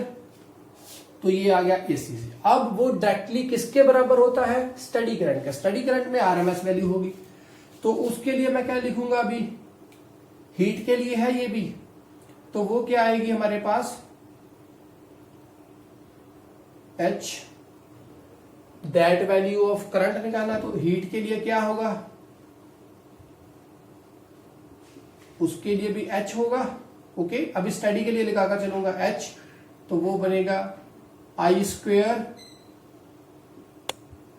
Okay, I square, यहां पर स्क्वेयर आ गया, तो यहां पर नॉट आएगा कि RMS आएगा, क्योंकि उसी value root B square value directly proportional to किसके करंट के है, जो इसका मतलब ये करंट वैल्यू क्या होगी, RMS वैल्यू होगी। तो यहां पर बना RMS वैल्यू का स्क्वायर, साथ में है R, तो साथ में क्या है T डिवाइडेड बाई 2 तो नहीं आएगा, क्योंकि ये चीज क्या, ये फॉर्मूला लगा दिया मैंने सिंपल हीट का। अभी ये किसके लिए लगा दिया, स्टडी के लिए। पहले AC के लिए निकाला तो वो हमारे पास आ गया था ये, अब RMS वैल्यू के लिए निकाला एक स्टडी करंट के लिए, तो वो हमारे पास ये आ गया। तो H दोनों एक दूसरे का प्रोपोर्शनल कर देंगे, तो हमारे पास क्या बनेगा, ये चीज के बराबर आ गई। तो वो क्या बनी फिर, I स्क्वायर साथ में RMS RT इक्वल्स टू ये पूरा क्या है I नॉट स्क्वायर साथ में RT बाई 2। RT गए, तो इसका स्क्वायर इसके ये तो हमें निकालना है, तो ये इस साइड को क्या जाकर बनेगा अंडर रूट। तो ये अंडर रूट गया यहां पर, तो स्क्वायर तो हट गया, तो ये I नॉट ही रहा, तो नीचे क्या रह गया अंडर रूट 2, ये 2 का बन गया अंडर रूट। अब इतनी वैल्यू आ गई, तो हमें पता है इसकी वैल्यू क्या होती है, under root 2 I naught upon 1.414 divide करोगे, यहां पर 1 है, 1 बाय 1.414, तो वैल्यू क्या बनेगी, तो वो बन गई 0.707 ऑफ I नॉट, अप्रोक्सीमेटली इतनी आ गई 0.707 ऑफ I नॉट। तो IRMS भी हमारा निकल आया। अभी देख लें स्क्रीन के अंदर आ रहा है ये, ओके। तो अभी आपको क्लियर है 0.707 ऑफ I नॉट। तो ये आ गया करंट के लिए। अभी ये RMS वैल्यू करंट की आ गई। पॉजिटिव हाफ के लिए, पॉजिटिव पार्ट के लिए ये होगी, नेगेटिव के लिए क्या होगी। अभी ये पॉजिटिव और नेगेटिव दोनों केसेस में क्या है, क्योंकि ये पूरे साइकिल के लिए चल रहा था। पिछले केस में तो हमने किया ना, बी निकाला था, पॉजिटिव के लिए आया था 0.637, नेगेटिव के लिए आया था 0.637, नेगेटिव लगाकर तो उसके अंदर वेरी करती थी रेंज। बट यहां पर क्या है, ये पूरे के लिए, तो देयरफॉर वो वैल्यू क्या रहेगी, ये रहेगी I नॉट का इतनी वैल्यू, क्योंकि पूरे साइकिल के लिए चल रहा था ये। तो ये RMS वैल्यू आ गई। अब हमें पता है कि घरों में जो बच्चों की वोल्टेज आती है वो कितनी है, ये है। तो देयरफॉर मैंने बोला था कि ये क्या 220 है, तो 220 को जब मैं इसके साथ क्या करूंगा, अभी निकालना है कि हमारे घर में, इसका मतलब ये पीक वैल्यू करंट की क्या होगी, ओके। तो सॉरी बेटा, ये तो वोल्टेज थी, अभी मैंने क्या निकाला करंट, तो इसका मतलब यहां पर मैंने करंट निकाल दिया। अब पहले मेरे को वोल्टेज भी फाइंड करने पड़ेगी, तो देयरफॉर मैंने करंट के लिए कर लिया, तो वोल्टेज के लिए करूंगा तो वो भी सेम प्रोसीजर ऐसा ही है। यहां पर भी सेम आएगा कि root mean square value of AC EMF is equals to the steady EMF which will produce the same amount of heat for the same resistor for the same amount of time on the same circuit as is done by the R root mean square value of AC EMF। Okay, तो वही same case अब दोबारा से utilise करेंगे, same use करेंगे, value निकाल कर देखेंगे, वो भी इसी के अकॉर्डिंगली वैल्यू आएगी, तो हमारा आंसर अपने आप आ गया। तो जल्दी स्क्रीनशॉट मारो इसका, इसके बाद थोड़ी सी इसी के अंदर हम चेंजेस कर देंगे तो हमारा आंसर आ जाएगा। मारो जल्दी से स्क्रीनशॉट। ओके, तो अब EMF के लिए करेंगे तो वो भी क्या है, सिंपल उसी तरह से चलेंगे। तो कैसे, हीट, थोड़ी सी हीट, तो फॉर्मूला हीट का क्या होगा, पावर इनटू टाइम। तो पावर में भी क्या चाहिए, EMF चाहिए, तो वो हमारे पास क्या है, V²/R होता था, V²/R साथ में dt। तो यहां पर V नहीं लिखेंगे तो V क्या बनेगा, E बनेगा। ओके, E²/R साथ में dt। तो इंटीग्रेट किया तो ये कुछ ये बनेगा, इस साइड पहले इसकी वैल्यू फिल कर दे, तो वो क्या बनेगा, E0 साथ में sin ओमेगा t इस पूरे का स्क्वायर अपॉन R साथ में आ गया dt। ओके, तो इसमें से E0 का स्क्वायर साथ में R बाहर आ गया, अंदर क्या रह गया, साइन स्क्वायर ओमेगा t और साथ में dt। ये बना कुछ, ये पूरी चीज वही बन गई जो हमारे पिछले केस में ऐसे यहां पर थी। ओके, तो उस पूरी चीज, इसका मतलब ये सभी थिंग्स उसमें से पहले बाहर थी।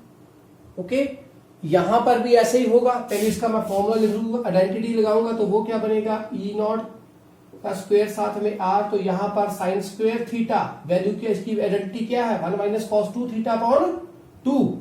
1 minus cos 2 omega t by 2 और इसकी इंटीग्रेशन बन गई वही चीज। ये 2 बाहर निकाल देंगे तो हमारे पास ये 2 यहां से आ गया बाहर, तो 2 यहां पर आ गया, तो ये 2 यहां पर बना। तो इस पूरे की इंटीग्रेशन जब हमने की थी तो यहां से हमें वैल्यू सिर्फ एक ही निकल कर आई थी, वो क्या था टी।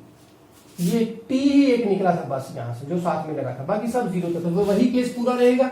तो टी आ गया बाहर, आप इसे कॉपी पर करोगे, पूरा प्रैक्टिस होनी चाहिए आपकी। तो टी साथ में बाहर आ गया। तो अब एच क्या निकला यहां से, फिर ई नॉट का स्क्वायर अपॉन 2 साथ में आया आर, तो यहां पर आया टी। कितना हो गया। तो इसके बाद फिर से यहां पर वैल्यू फिल करूंगा। तो अभी ये स्टडी के लिए निकालूंगा। तो स्टडी के लिए क्या होगा, एच की वैल्यू, एच स्टडी के लिए होगा E R M S upon R साथ में टी टाइम। टाइम दोनों के लिए सेम है, जो टाइम क्या है टी है, तो ये लिखो इसके प्रोपोर्शनल। तो इसमें से क्या आएगा, ई नॉट का स्क्वायर अपॉन 2 आर साथ में T equals to E naught R M S साथ में टी अपॉन आर। ओके, तो गया टी गया आर गया आर। तो यहां से इसका अभी ई आर एम एस चाहिए तो अंडर रूट आएगा। तो ई आर एम एस क्या आ गया, ई नॉट स्क्वायर के साथ अंडर रूट गया तो नीचे अंडर रूट 2 आ गया। तो इसकी वैल्यू फिर से निकाली थी, वहां पर देखिए क्या है बच्चों जी, 0.707 ऑफ ई नॉट। तो यहां पर वो वैल्यू लिखकर देखें कि हमें पता है घरों में एसी कितनी है आती, वो आरएमएस है, वो कितनी 220 वोल्ट। तो ई नॉट निकालनी पड़े तो ई नॉट की वैल्यू क्या बनेगी, ये हमारे पास आएगा 220 साथ में नीचे आ गया 707, ऊपर मैंने लगा दिया 1000, तो कट करके देखो तो 310 वोल्टेज आएगी। सो देयरफॉर 310 क्या है, पीक वोल्टेज है, ईएमएफ है जो हमारे घरों तक आनी चाहिए। बट क्या है कि वो पूरे सर्कल के लगाकर हम देखेंगे, एंगल्स वेरी करेंगे, तो पहुंचती कितनी है 220 पहुंचती है।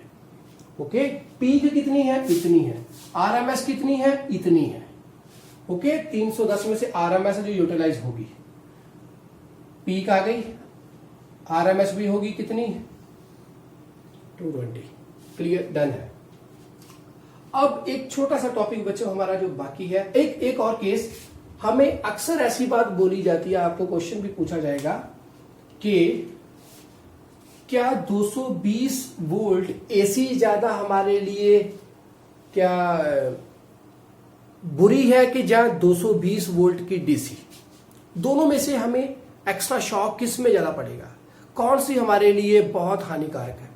तो केस क्या है कि अगर 220 वोल्ट हम डीसी का करके देखें, डीसी क्या जिसकी वैल्यू चेंज नहीं करती, तो उसकी E R M S means उसकी root mean square value DC के लिए 220 ही रहेगी क्योंकि उसकी वैल्यू चेंज नहीं करती। बट अगर एसी हो उसके लिए ये वाली वैल्यू कितनी है 220 है। तो ये तो अगर डीसी के लिए करूं तो पीक भी क्या रहेगी, इतनी ही रहेगी।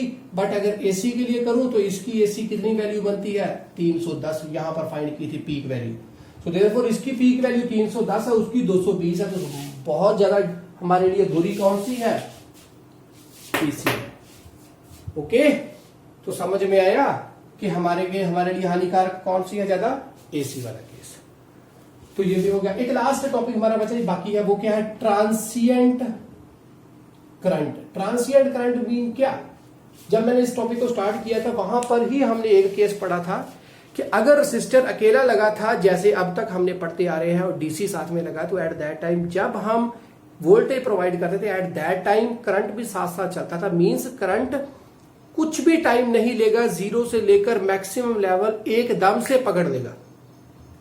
जब भी हम डीसी सोर्स कोई भी किसी रेसिस्टर के साथ लगाते थे, तो एट दैट टाइम जैसे ही हम करंट प्रोवाइड करते, जैसे ही हम स्विच ऑन करते थे, एट दैट टाइम करंट एकदम से जीरो से मैक्सिमम वैल्यू तक पहुंच जाता था। बट एसी वाले केसेस, ऐसे केसेस में ऐसा नहीं होता क्योंकि यहां पर इंडक्टर और कैपेसिटर भी अपना काम करते हैं। So therefore in such cases transient current जो है वो काम करता है। ट्रांसिएंट करंट कौन सा हुआ, जो कि कुछ टाइम लेता है जीरो से लेकर मैक्सिमम लेवल तक पहुंचने में, और मैक्सिमम से जीरो पर पहुंचने के लिए भी थोड़ा सा टाइम लेगा। क्यों? क्योंकि इंड्यूस्ड ईएमएफ पैदा होती थी, याद है? इंड्यूस्ड ईएमएफ ऑलवेज अपोज करती थी, अगर जीरो है तो वो मैक्सिमम पर होता हो तो वो मैक्सिमम होने नहीं देगा। सो देयरफॉर मैक्सिमम पर पहुंचने में टाइम लगेगा। उसी तरीका से अगर मैक्सिमम से जीरो होना चाहे तो वो जीरो नहीं होने देगा, क्योंकि इंड्यूस्ड ईएमएफ ऑलवेज अपोज उसको फिर से करेगी। सो देयरफॉर उस ऑपोजिशन को दूर करने में भी थोड़ा टाइम लगेगा। सो देयरफॉर दिस करंट जो कि जीरो से मैक्सिमम, जब मैक्सिमम से जीरो पे पहुंचने में थोड़ा टाइम ले, उसे करंट को हम बोलते हैं ट्रांसिएंट करंट। डन। इसके बाद बच्चों हम करेंगे कैपेसिटर, इंडक्टर और रेसिस्टर। इन तीनों के ऊपर एसी के इफेक्ट्स कैसे लगते हैं, इनकी इक्वेशंस क्या बनती है, वो पढ़ेंगे अगले टॉपिक में, अगले लेक्चर में। आज के लिए बस इतना ही, काफी लंबा लेक्चर हो गया। खुश रहें, खुशहाल रहें, पढ़ते रहें, पढ़ाते रहें, लाइफ को एंजॉय करें। बच्चा जी लाइफ बार बार नहीं मिलेगी। Take care. स्क्रीनशॉट मारो जल्दी से।